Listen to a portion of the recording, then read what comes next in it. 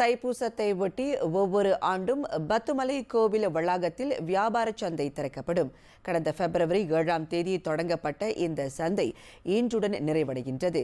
இதனை சாதகமாக பயன்படுத்திக் கொண்ட மக்கள் பொருள்களை வாங்குவதற்கு முனைப்பு காட்டியதை பர்னாமா செய்திகள் மேற்கொண்ட கண்ணோட்டத்தில் காண முடிந்தது. ஆடைகள், பலகாரங்கள், சிலைகள், புத்தகங்கள் மற்றும் பலவிதமான பொருள்களை விற்கும் கடைகள் இங்கே போடப்பட்டிருந்தன. மக்கள் கூட்டம் சற்று அதிகமாகவே இருந்தாலும் தங்களது வாடிக்கையாளர்களின் தேவைகளில் வியாபாரிகள் கவனம் செலுத்த தவறவில்லை. அதோடு மக்களின் ஆதரவு தங்களது வியாபாரத்திற்கு ஊக்குவிப்பாக இருப்பதாக வியாபாரிகள் சிலர் தெரிவித்தனர். அதிகமான கூட்டமாக இருக்குது. முடிஞ்ச அளவுக்கு நாங்கள் சமாளிச்சுட்டு இருக்கிறோம். எந்த ஒரு கேட்குற சைஸ்லேருந்து கலர்ஸ்லேருந்து கொஞ்சம் டைம் எடுத்தாலும் மக்களும் எங்களுக்கு உதவி செய்கிறாங்க. வெயிட் பண்ணி வாங்கிட்டு போகிறாங்க. எந்த ப்ராப்ளமும் இல்லை.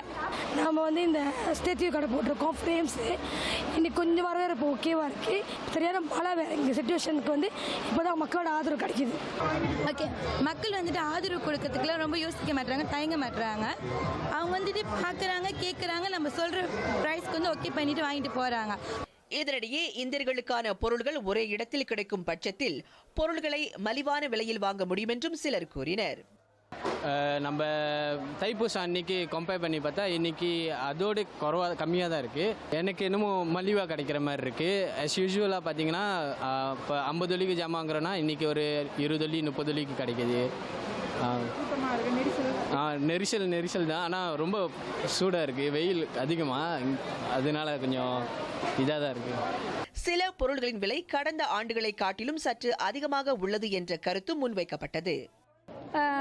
ஜாமான் விலை கேட்டிங்கன்னா எல்லாமே போன வருஷத்தோட முந்தின 2 வருஷத்துக்கு முன்னுக்குள்ள ரொம்ப அதிகமாக இருக்குது.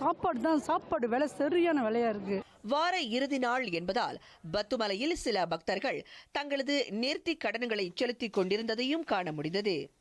நார்மலாக தைப்பூசம் அன்றைக்கி ஆளுங்க நிறையா பேர் இருப்பாங்க. இன்றைக்கி கடைசி நாள் வந்தோம், ஆனால் இன்றைக்கும் கொஞ்சம் ஆள் நிறையா பேர் தான் இருக்காங்க. ஏன்னா தைப்பூசம் நாள் அன்றைக்கி நிறையா க்ரௌடடாக இருக்கும். ஸோ அந்த நாள் ப்ரேயர்ஸ் மட்டும் பண்ணிட்டு போயிட்டோம். ஸோ இன்றைக்கி கடைசி நாள் வந்தோன்னா கொஞ்சம் கூட்டம் கம்மியாக இருக்கும்னு சொல்லிட்டு இன்றைக்கி வந்தோம்.